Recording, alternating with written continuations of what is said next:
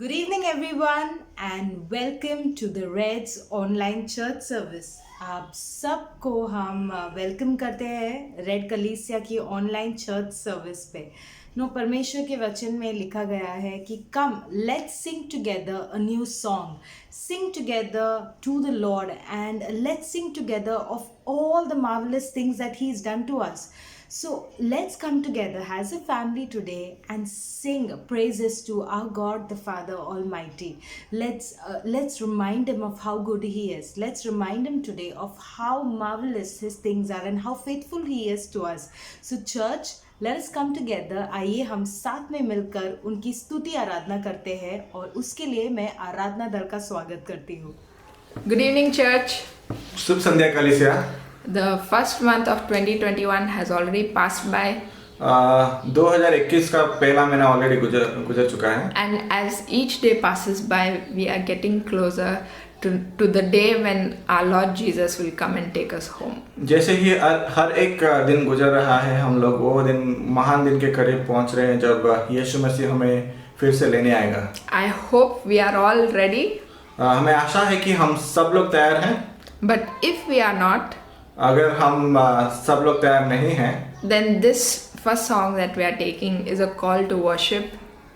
जो ये पहला गाना हम लोग लेने वाले हैं वो एक बुलाहट है परमेश्वर की स्तुति आराधना करने के लिए। It's a call to get our hearts ready for that big day. ये एक बुलाहट वाली गाना है जो हमारे हृदय को पुकार रहा है उस दिन की तैयारी के लिए। So come on, church, let's all worship together our Lord and our Savior. तो आइए कलीसिया, हम लोग सब तैयार होकर उस महान परमेश्वर की स्तुति आराधना करते हैं। Come, now is the time to worship. Come, now is the time to give your heart. Come, just as you are to worship. Come, just as you are before your God. Come. One day every tongue will confess you are God. One day every knee will bow.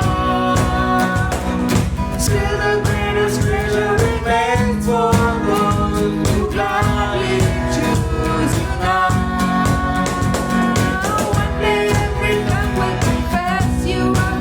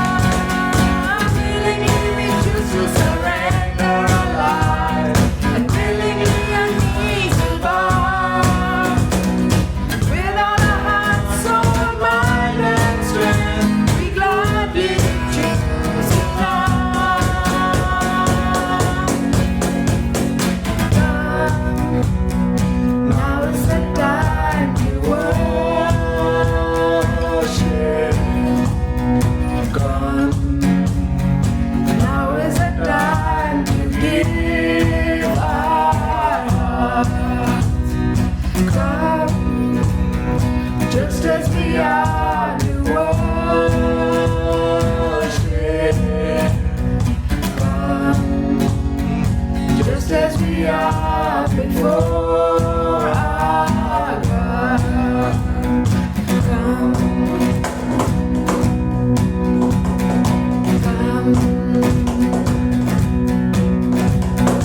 come. Yes, O Lord, we come before you, Father. हाँ परमेश्वर, हम तेरे चरणों के सामने आते हैं परमेश्वर। We bow before you, O Lord God. हम झुकते हैं तेरे सामने परमेश्वर। We sing praise to your name, Jesus. तेरे नाम की स्तुति आराधना करते हैं We परमेश्वर। sing of your goodness, O Lord. हम तेरे अच्छाई का गुणगान गाते हैं We परमेश्वर। sing of your love, Father. हम तेरे प्यार की गीत गाते हैं परमेश्वर।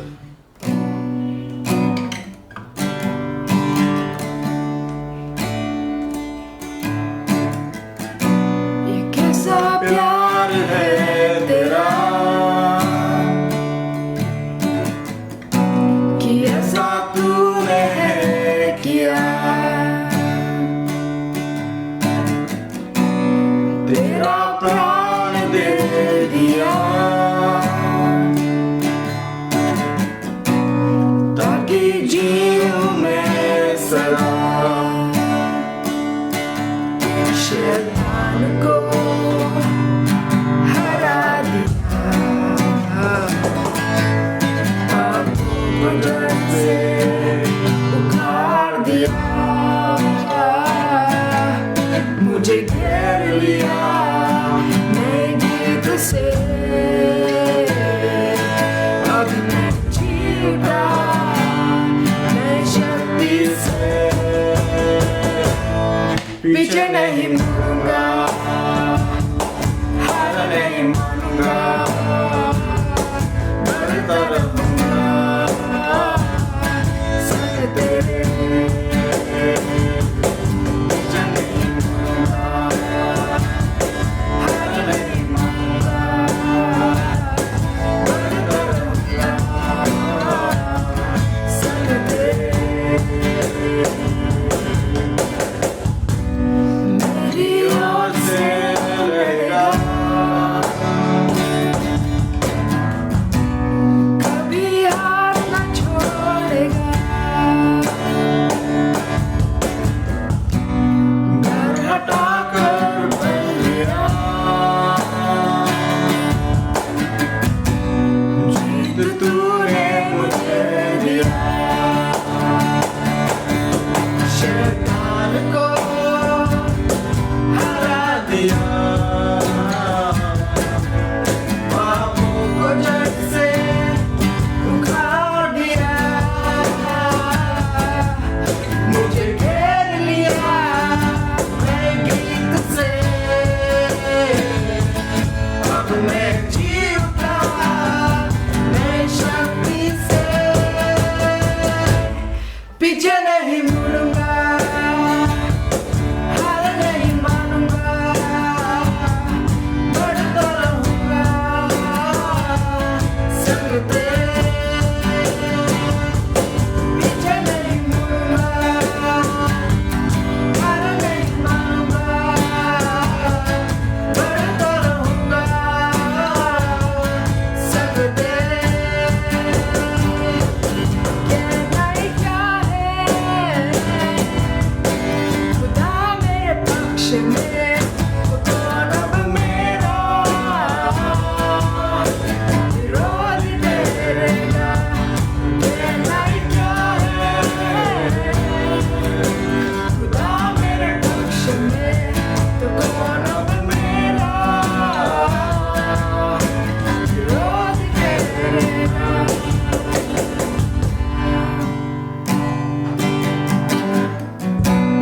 मेरी ओर से लड़ेगा, कभी हाथ न छोड़ेगा, डर हटाकर बल दिया, जीत तूने मुझे दिया।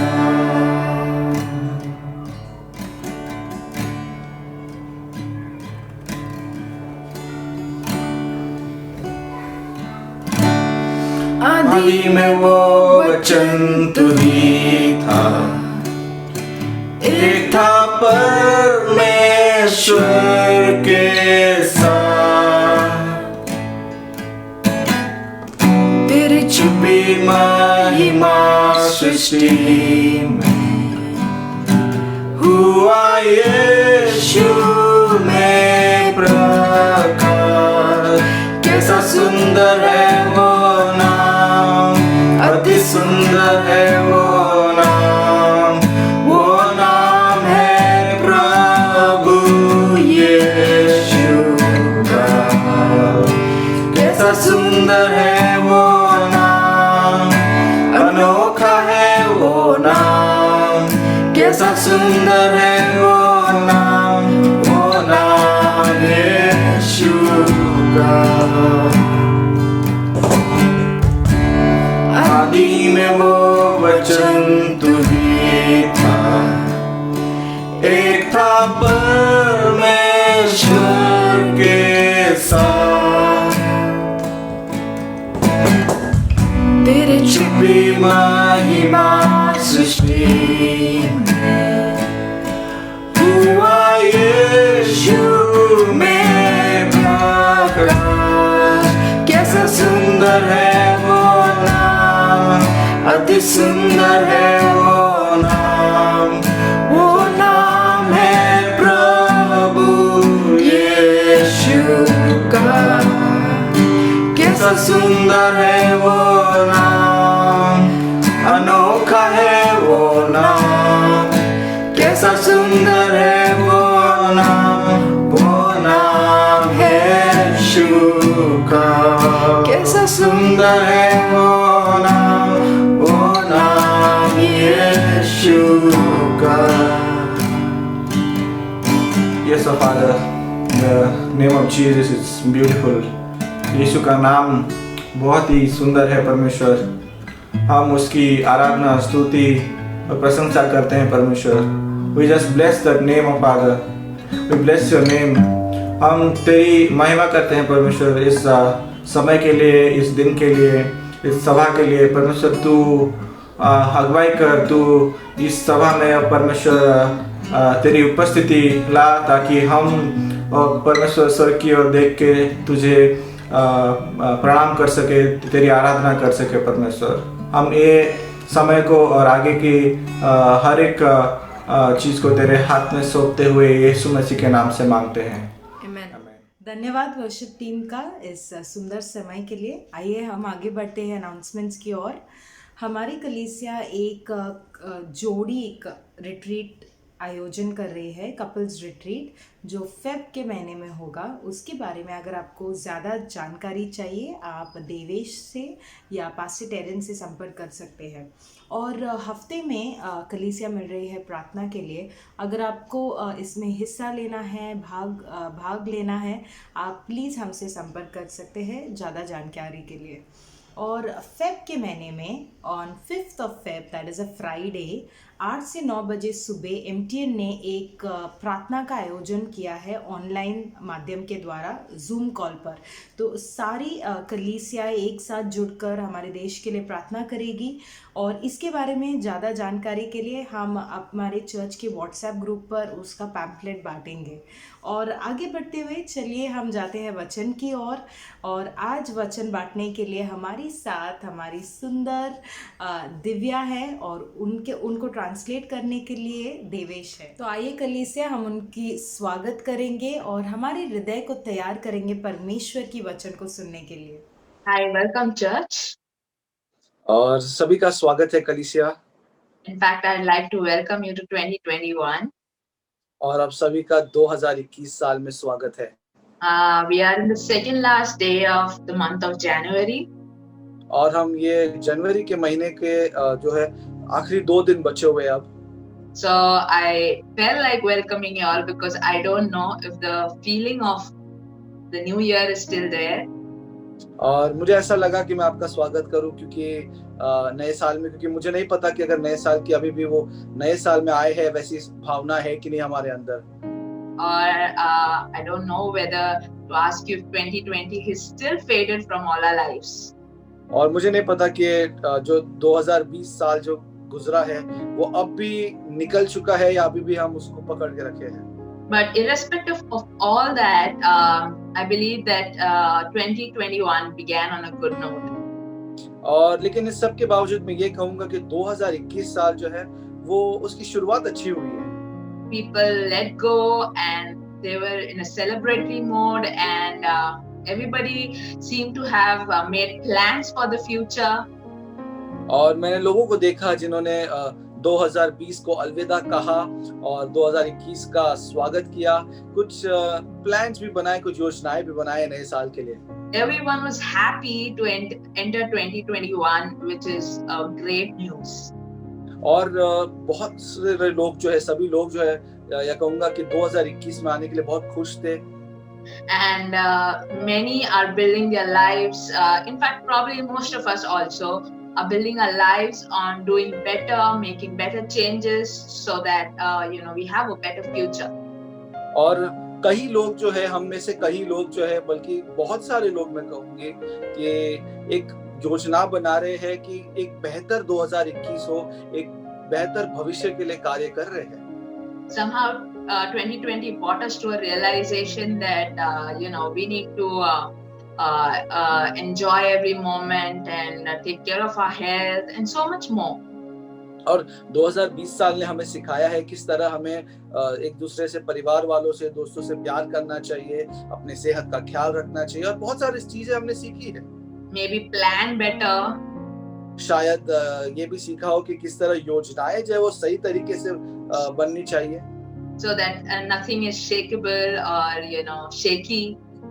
ताकि जो कुछ भी सामने संकट आए तो हम हिल ना जाए। Which is good, to keep goals. In other words, we can call it resolution. और लक्ष्य रखना अच्छी बात है। कुछ लोग जो है उसे रेजोल्यूशन कहते हैं। A lot of people have built their resolutions and are building their future based on their resolution.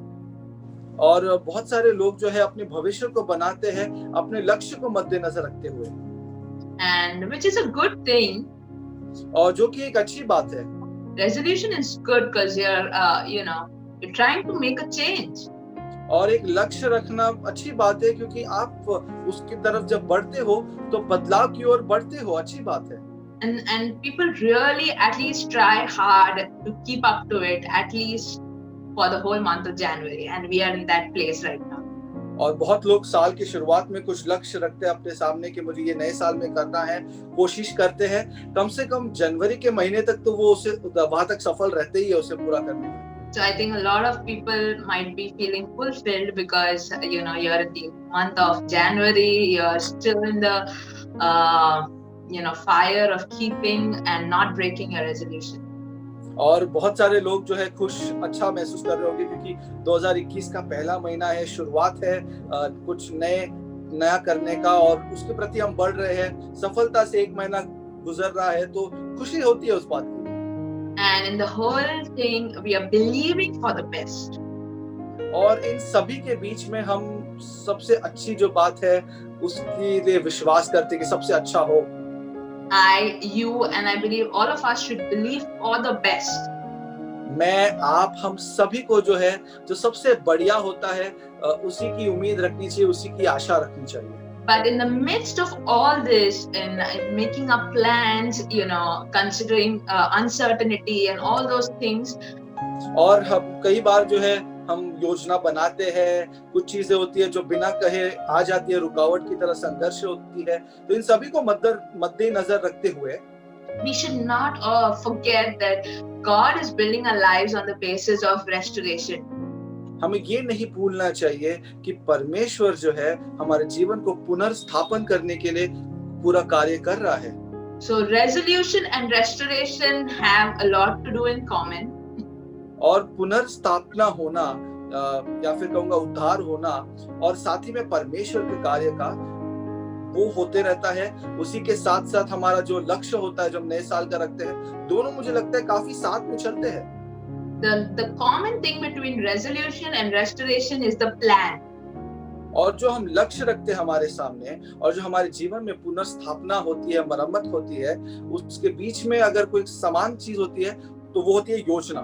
And the difference between resolution and restoration, according to me, is that Resolution is based on our plans and restoration is on God's plan. और दोनों में फर्क ये है, सबसे बड़ा फर्क ये है कि जो लक्ष्य होता है हम रखते हैं जीवन में, वो हम रखते हैं, वो हमारा लक्ष्य होता है, लेकिन जब पुनर्स्थापना होती है जीवन में, वो परमेश्वर की ओर से होता है. And God's whole heart is towards restoration from the beginning. और परमेश्वर का जो हृदय होता है वो पुनर्स्थापना की तरफ होता है, किस तरह में वो हमारे जीवन को फिर से पटरी पर लाए और इसे सही करे. So moving from our plans to God's plan is a process of restoration as well. और हमारी योजना से जब हम परमेश्वर की योजना की तरफ जाते हैं तो वो भी एक तरीके की पुनर्स्थापना होती है हमारे जीवन में. And I think it's one of the most beautiful thing of Christian life that we have restoration as a plan of God in our lives.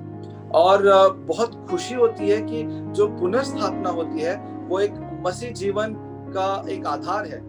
In fact, Jeremiah 29:11 says, और यिर्मयाह का 29वां अध्याय और 11वां वचन कहता है that for I know the plans I have for you, plans to prosper you and not to harm you, plans to give you hope and a better future. और वो वचन ये कहता है कि उसने योजना रखी है, योजना हमारे भले के लिए, हमारे हानि के लिए नहीं. And so I certainly believe that God is truly,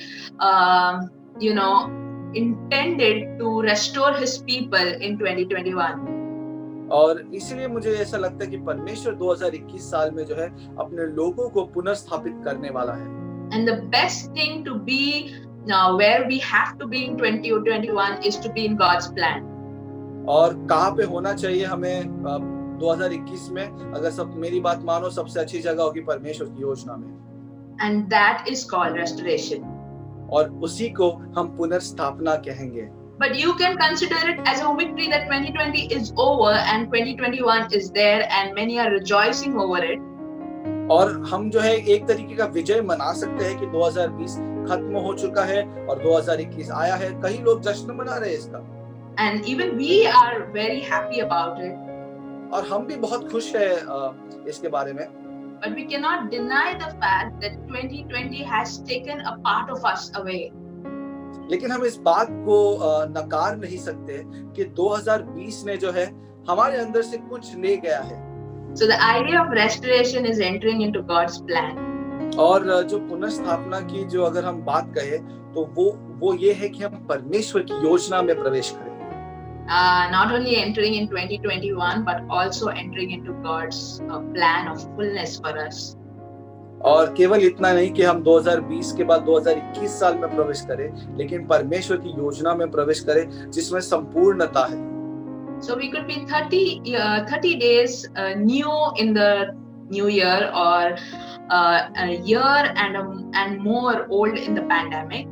और चाहे हम नए साल में 30 दिन पुराने हो या फिर हम कहेंगे कि भाई महामारी में अब 1 साल के ऊपर गुजर चुका, एक जो भी आप समझे. I think there is a huge call for being restored in God and a heart and a mind and a body. और चाहे आप जो भी समझते हो यहाँ पर, ये जरूरी है कि समझ ले कि परमेश्वर की पुनर्स्थापना, उद्धार हमारे जीवन में जरूरी है, चाहे वो आत्मिक रूप से हो, शारीरिक रूप से हो या फिर किसी भी रूप से हो.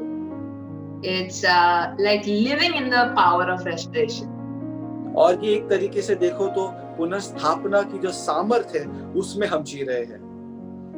Especially when the bygone, the year that passed away was like something like how locust ate up everything that we had.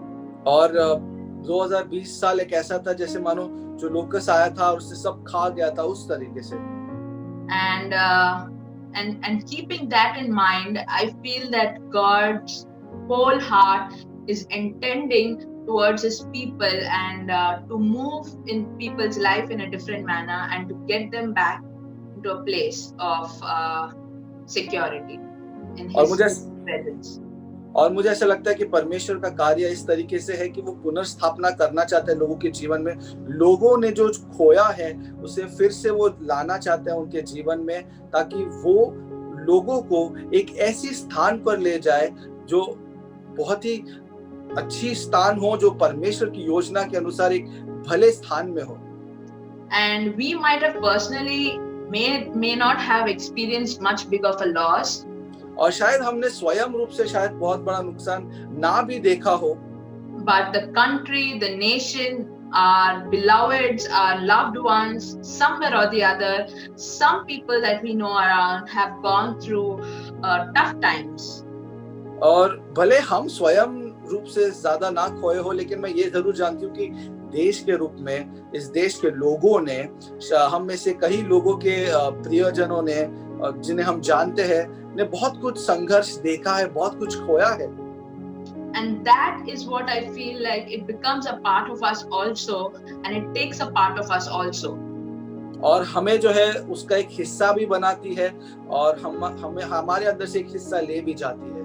And I don't think I can ever put in words what people have gone through in the last year, or even feel it or express it.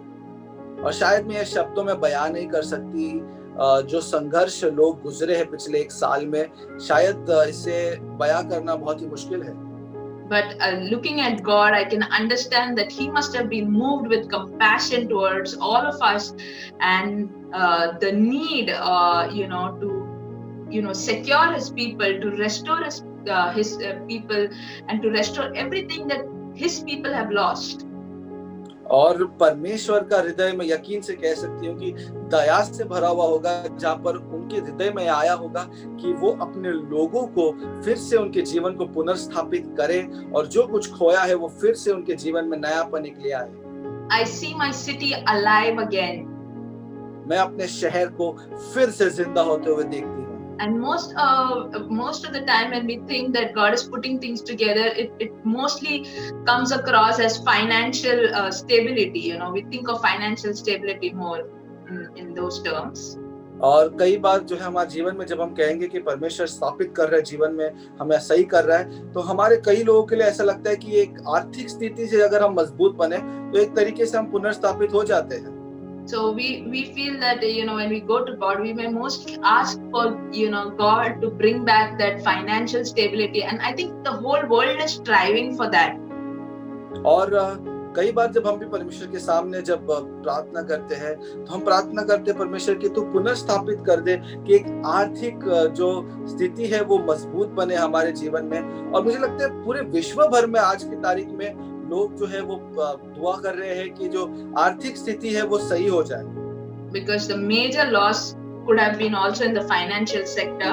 So a lot of people have opened up new businesses, and so many things. The city looks so crowded once again.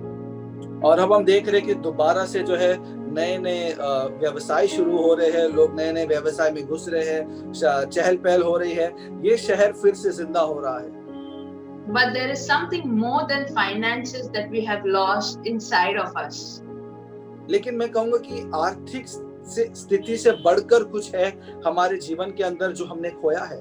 There are tiny areas that go unnoticed, which requires God's attention and requires God's, balm over our lives.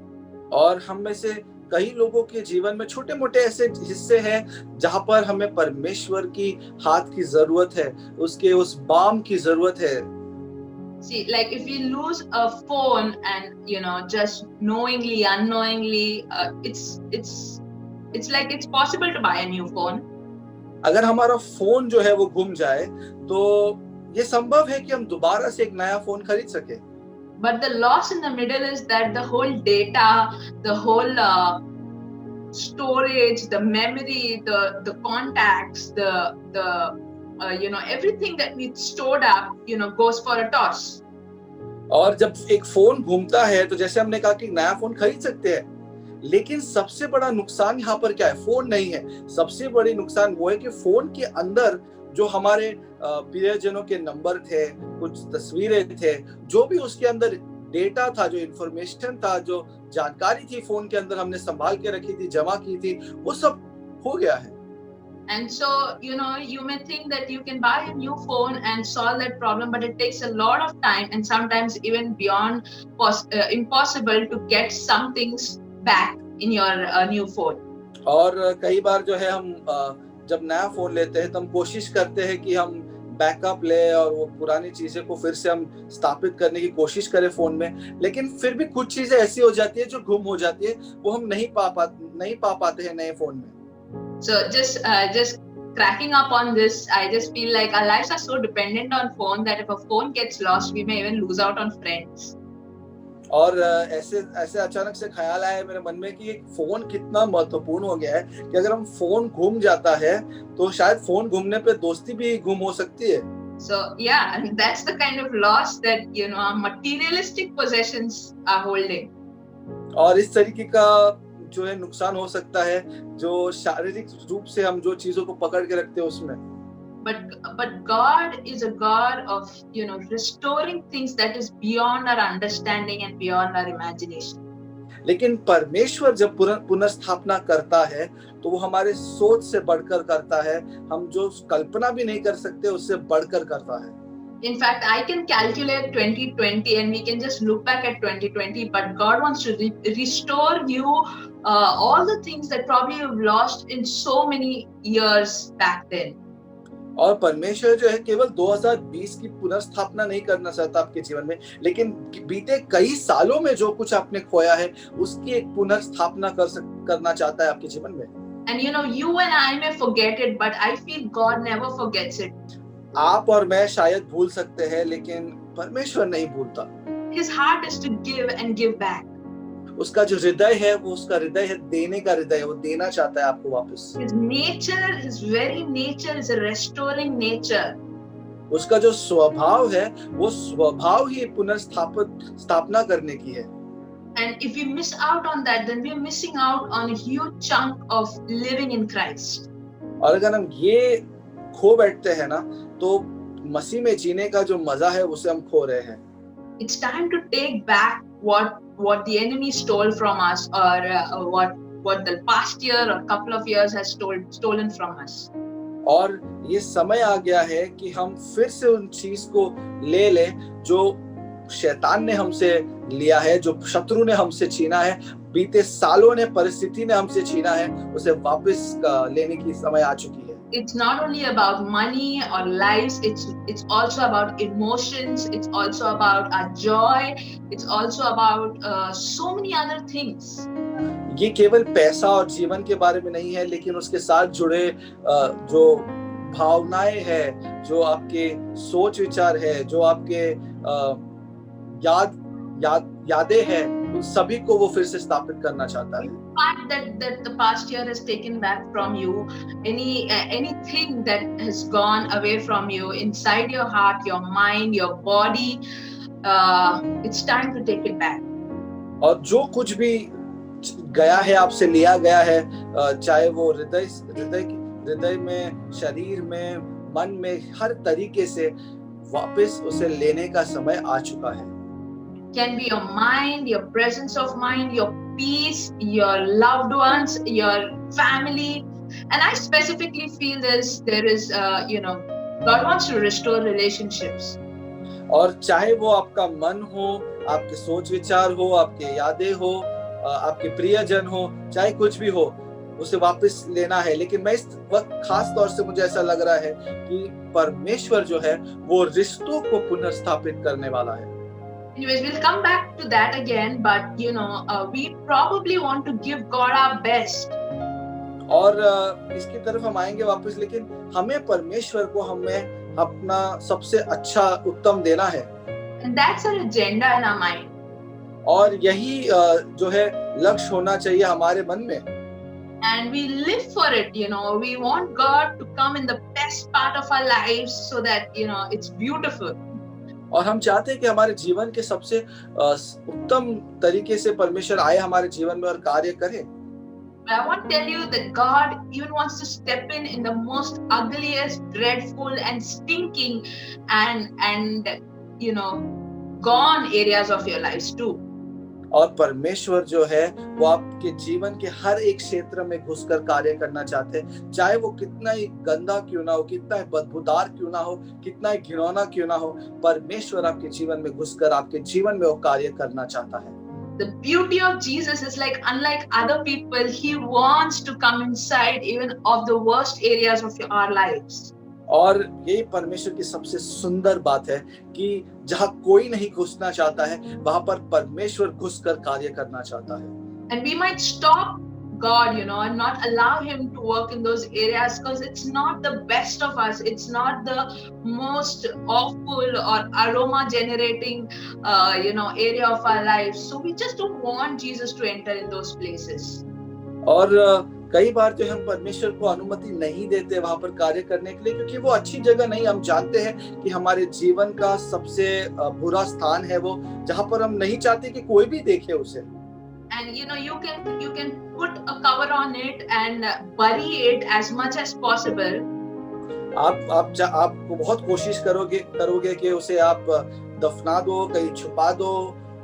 And it feels better to bury it than to show it to even Jesus, और ऐसा लगता है कि हाँ भाई, अगर इसे छुपा दिया जाए, इसे ढक दिया जाए, कहीं दबा दिया जाए तो बेहतर होगा किसी के सामने, परमेश्वर के सामने लाने से बेहतर है कि वो ऐसे दबा हुआ रह जाए. But I'm glad that the Bible says that He enters into the most horrible places. He connects with the sinners. He makes friends with the sinners, and He doesn't look at us the way we look at ourselves. और परमेश्वर का वचन कहता है कि परमेश्वर जो है वो हर एक को चाहता है, वो पापियों का दोस्त है, पापियों के साथ रहना चाहता है ताकि उनके जीवन में वो कार्य कर सके. And He enters those dead areas of our life and dead situation and the situation that we are not able to confront. He wants to confront them and set it right and restore it for us. और जो जीवन के हिस्से हैं हमारे, जो मर चुके हैं, जो परिस्थिति मर चुके हैं, बिना किसी उम्मीद के है, वहां पर परमेश्वर कार्य करना चाहता है. And if we go to John 11 verses 17 to 38, where we know about Lazarus coming to life.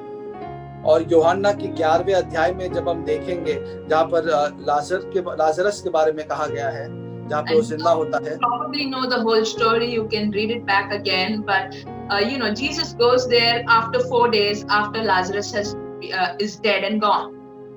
और ये कहानी हम सब जानते हैं. अगर नहीं जानते तो आप ऐसे पढ़ सकते हैं यूहन्ना के 11वें अध्याय में. लेकिन हम सब जानते हैं यहाँ पर ऐसा हुआ है कि लाजर को मरे 4 दिन होता है और 4 दिन के बाद यीशु मसीह वहां पहुंचते हैं. The simplest example to see the heart of God in this place.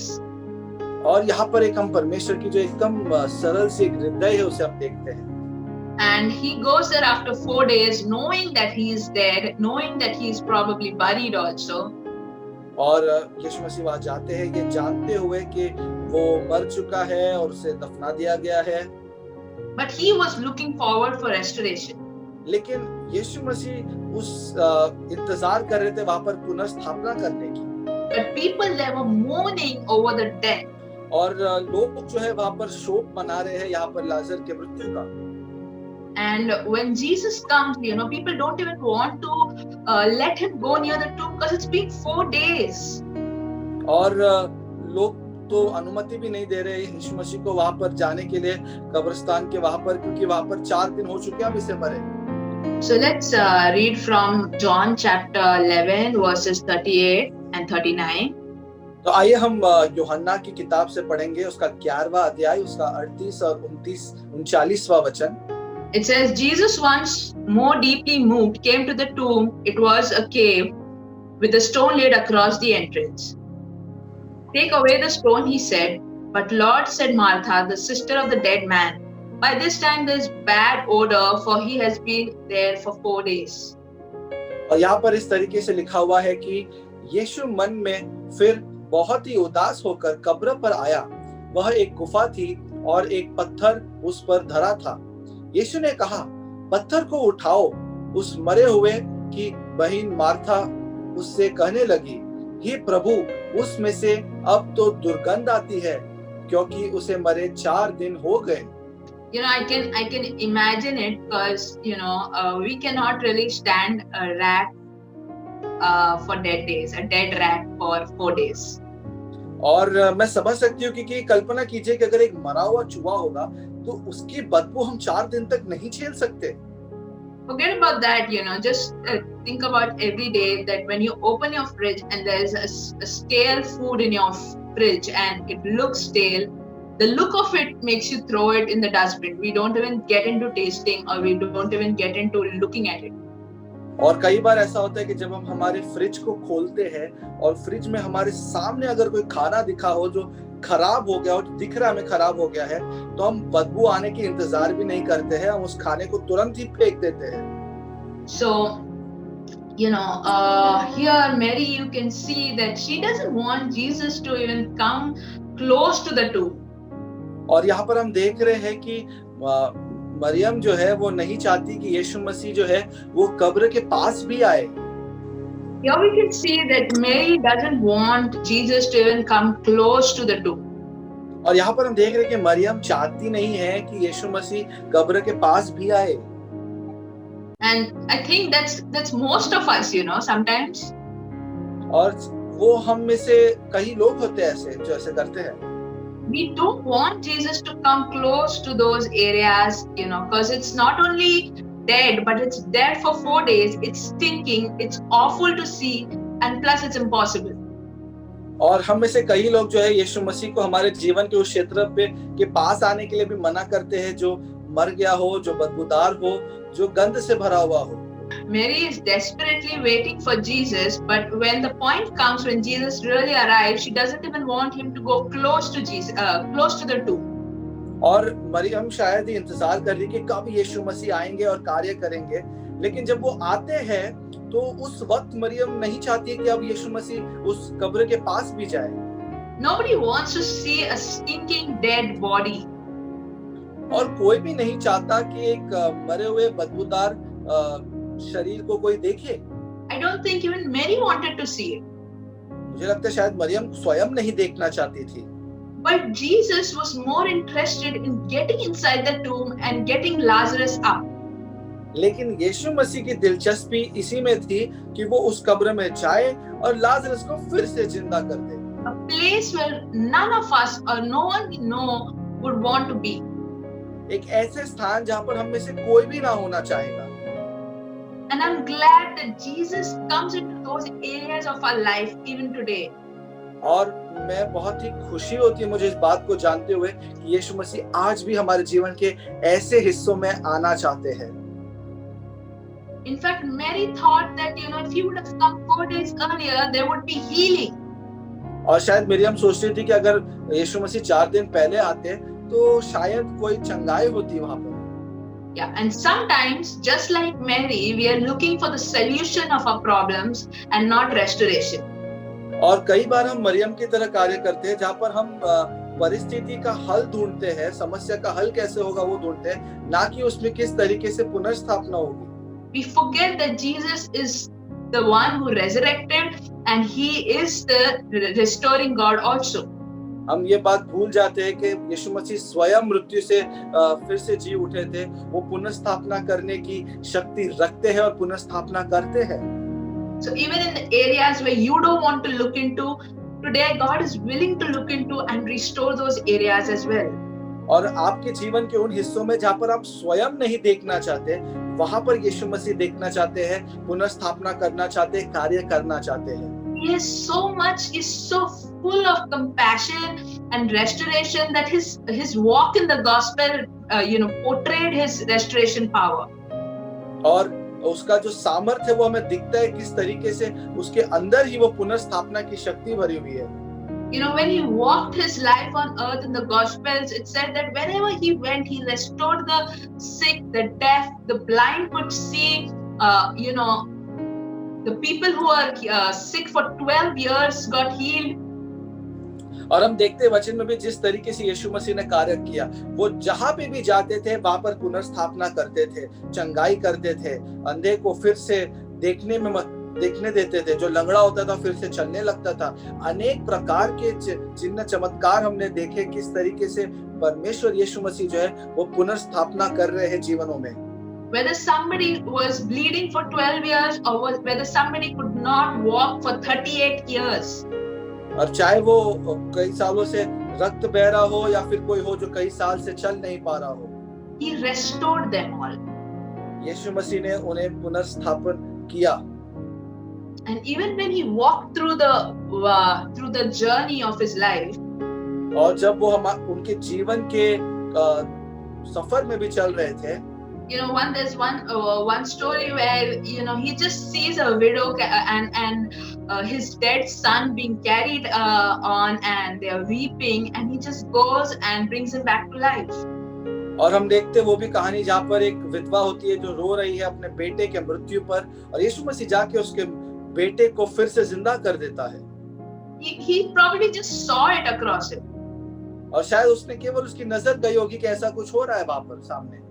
We serve a God who restores.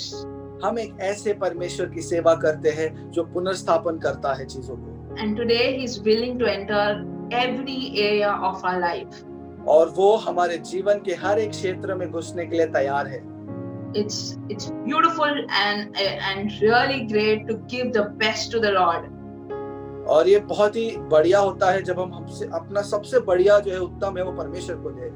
But it is also important to let go of our worst and also let it to God. और ये भी जरूरी है उसी के साथ साथ कि किस तरीके से हम हमारे बुराइयों को, हमारे कमजोरियों को जाने दें और समर्पित करें परमेश्वर के हाथों में. Even if today I feel that it's for relationships that has gone, or there has been a lack of connection, or it's gone bitter over the years, or it's in a very dirty situation where it's do or die situation, specifically for relationships. और इस वक्त मैं महसूस करती हूँ कि जो आपके जीवन में जो भी परिस्थिति हो, चाहे कितनी भी खराब हो, चाहे वो खास तौर से रिश्तों को लेकर, अगर आपके रिश्ते मजबूत नहीं है, रिश्तों में अनबन है, or it has turned bitter and sour, and it's just very difficult to confront such relationships. या फिर एक ऐसे रिश्ते में हो जहाँ पर आमना सामना करना मुश्किल हो गया, बहुत ही कड़वाहट बढ़ गई उस रिश्तों में. I feel God wants to restore relationships. मुझे ऐसा महसूस होता है कि परमेश्वर जो है वो रिश्तों को फिर से स्थापित करना चाहता है. I have been blessed and seen God work in the most lost relationships of my life. और मैंने देखा है कि किस तरीके से परमेश्वर ने मेरे जीवन के उन रिश्तों में कार्य किया है जहाँ पर वो रिश्ते जो एक तरीके से मैंने खो दिए थे. In fact, even those relationships which I had forgotten about and shut the doors on. कुछ ऐसे भी रिश्ते थे मेरे जीवन में जो मैं स्वयं भूल गई थी और मैंने दरवाजे बंद किए थे, वहां पे भी परमेश्वर ने कार्य किया. But God will always bring back the best to you.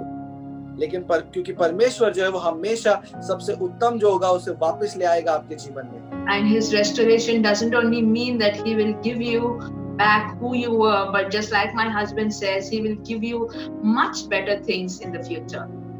और जब परमेश्वर देगा तो जैसे to a better you. और जब परमेश्वर देगा तो केवल जो जैसे था वैसे ही नहीं करेगा, लेकिन मेरे पति जैसे कहते हैं कि वो और भी उत्तम देगा, और भी अच्छा देगा, वो आपको एक और भी बढ़िया इंसान बनाएगा. So today if there are any things let's just look into our hearts and look into our lives and see if there is anything that's been so out of control, it's so bitter, so sour, the ugliest areas of our life.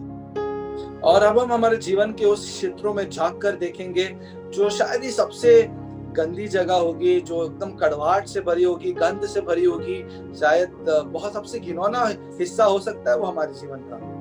And you yourself don't want to see. There are places in my life I don't want to see most of the days.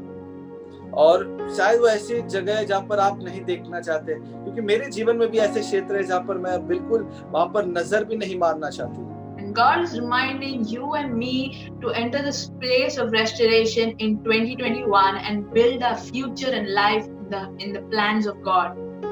और परमेश्वर आपको बुला रहा है कि इस नए साल में 2021 साल में जो है आप पुनर्स्थापना की तरफ बढ़े, जहाँ पे परमेश्वर आपके जीवन में फिर से चीजों को पुनर्स्थापित करेगा.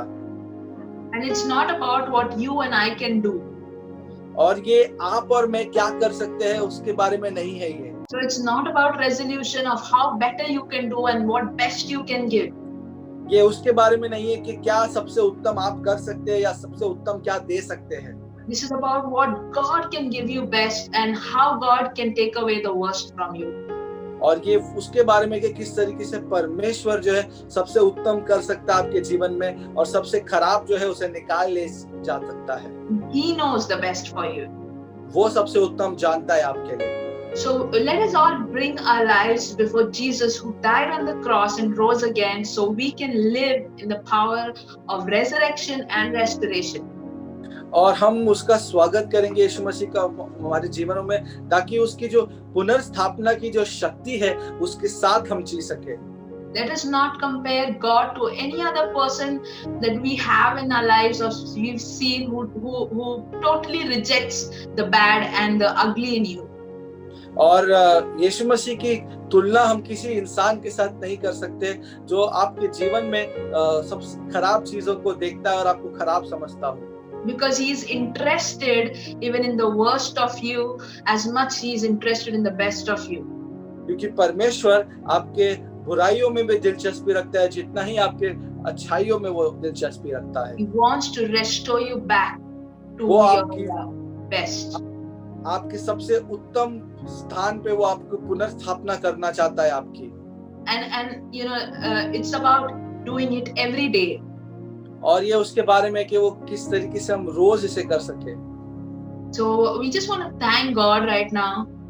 हम इस समय केवल परमेश्वर को धन्यवाद देना चाहते हैं। Thank God for He is a restoring God, and we know that in 2021 He will restore our bits and pieces, our broken areas, our ugly areas back to life. और हम जानते हैं कि 2021 साल में परमेश्वर हमारे जीवन में एक पुनर्स्थापना करने वाला है। हमारे टूटे हुए हिस्सों को, बिखरे हुए हिस्सों को, खराब हिस्सों को वो फिर से जोड़कर फिर से अच्छा बनाने वाला है।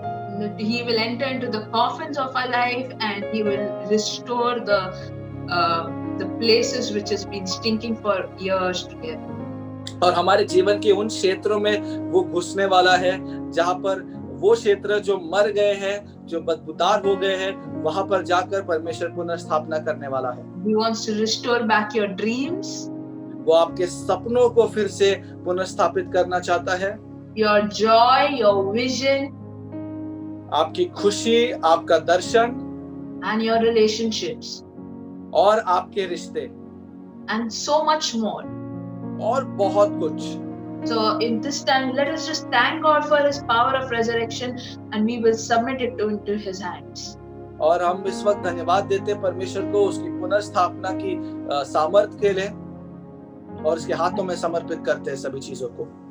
And we say a big thank you to our loving Father और हमारे प्रिय पिता को हम एक धन्यवाद कहते हैं for being faithful in our lives. कि वो विश्वास योग्य है हमारे जीवनों में। In Jesus' name we pray. यीशु मसीह के नाम से हम ये प्रार्थना करते हैं। Amen. Amen. Thank you Divya इस वचन के लिए, और मैं प्रार्थना करती हूँ ये वचन हमारे हृदय में एक अच्छी सीड, बीज बनकर बोए और फल लाए हमारी ज़िंदगी में, और हमारे आसपास में जो रहते हैं वो भी इससे आशीष हो। और अभी कलीसिया तो ख़त्म नहीं हो रहा है, बट हम इसके बाद प्रभु भोज के लिए मिल रहे हैं जूम कॉल पर। तो उसका लिंक हमारे चर्च के व्हाट्सएप ग्रुप पर दिया गया है।